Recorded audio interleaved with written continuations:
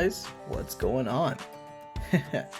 Alright, let me go ahead and introduce myself. So, my name is Kid. Nothing more, nothing less, just Kid. Definitely nothing extended from that, but okay, so my name's Kid Stone. Kinda like that country artist, Doug Stone. But, you know, we're not talking about good music here. We're talking about something weird. I'm talking something beyond ourselves. Just picture this. We all know the image of, there's, God and angels on the top, the devil and his demons on the bottom. But what if in the middle, it's not just Earth and us folks, but what if there is something slightly above that, on the same par of divine-like power, but they're not demons, they're not angels. They're powerful beings, yes. Damn near divine. But, they're not good. They're not evil. Now, they may take a direct order from one of the two, but their whole point, their whole existence is to add little twists and turns to our lives. You see, life can sometimes feel like a movie. Now, if it didn't, well, it's probably pretty boring. Here's the thing. I noticed that in life, if things are really consistent, things just stay the same, things aren't necessarily challenging, it can be a bit monotonous, and it can be boring. Now, a lot of times what makes life interesting, whether you like it or not, is the times where we go through some challenges, where we get pissed off every now and then, and when things get a little iffy, when things inconvenience us, and not saying the negative things are good. What I'm saying is that what if these little things that add up, these little coincidences are not necessarily so. And I'm not saying that these coincidences aren't ordained by God or anything, or not ordained. No, what I'm saying is just imagine this. If your life feels like a movie, what if it kind of is? And I do mean kinda.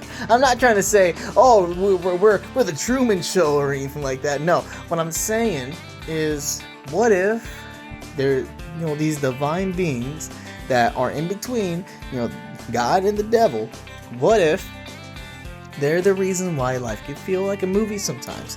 I, for one, like to call them the show writers. I like to kind of picture them in a giant show writer's room, and they're all like, they look like, what is that Marvel thing called? Like the Watchers? I don't know, something like that.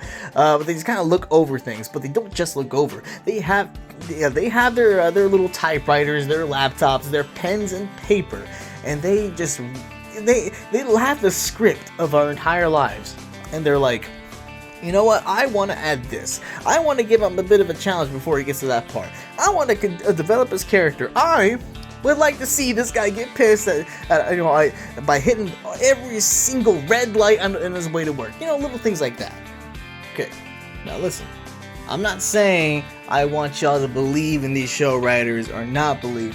I'm just talking about my experiences concerning that. I'm just saying it just feels like we just got, at least I have these show writers, kind of playing things out.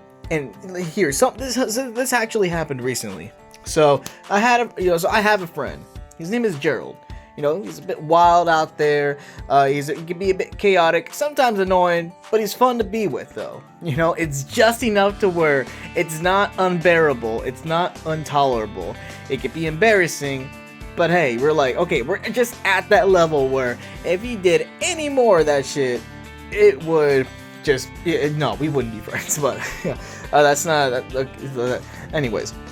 Let's move on. So, we had a falling out. A couple disagreements. He was going through a lot of stuff. And I do mean a lot of stuff. But that's for a later topic if I find it relevant for the episode. But anyways, we had a falling out. And we just kept our distance. Now, we live in the same town. And this town is not very big. So it was inevitable that at some point we were going to bump into each other. So we just agreed to keep our distance, try not to be in contact, and just move on with whatever we're doing. So if I see you at the same shopping mall, okay, just don't look, don't talk, see no evil, be no evil. That kind of beat. So anyways, let's move on to what happened more recently. I went to the gym as I normally would, and lo and behold, he's there too. And I was a bit surprised because he works a completely different shift. He was supposed to be working that night, and I'm over here working before I go to work. So it was just kind of odd that we would be at the same place at the same time doing this same thing. I mean, come on.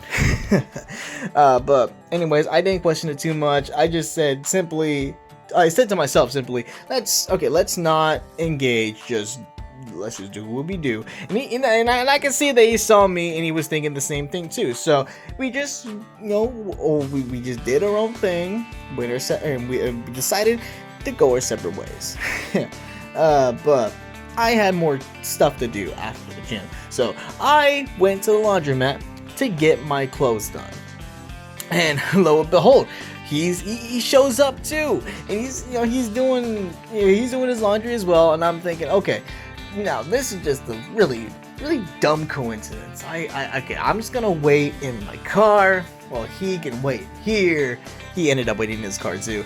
We just kept our distance, okay? We weren't trying to engage in each other. I would occasionally check out my clothes. He would do so right afterwards, so we wouldn't have to be around each other. So it was going, quote unquote, kind of good. So then, right afterwards, and I swear to you, we weren't being in contact with anything. We weren't tracking each other or whatever. Neither of us knew the intention of the other. We were both good. We were both left to our own devices, doing our own routines, doing our own plan for the day. And I went to the grocery store right after the laundromat, and guess what? He goes to the same one, and we end up on the same aisle at one point. And at this point, we just had to point it out. I accused him of following me, and he was accusing me of following him. It was an ugly thing. Now, obviously, we didn't want to make a scene inside the grocery store. I mean, come on.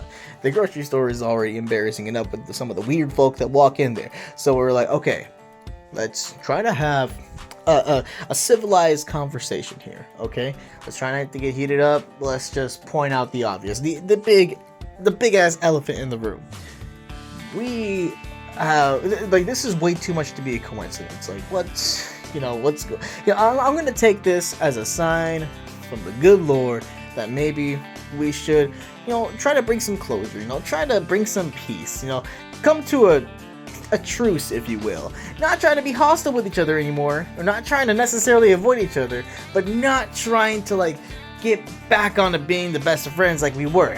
No, just trying to keeping the peace and maybe getting a step closer to becoming friends again.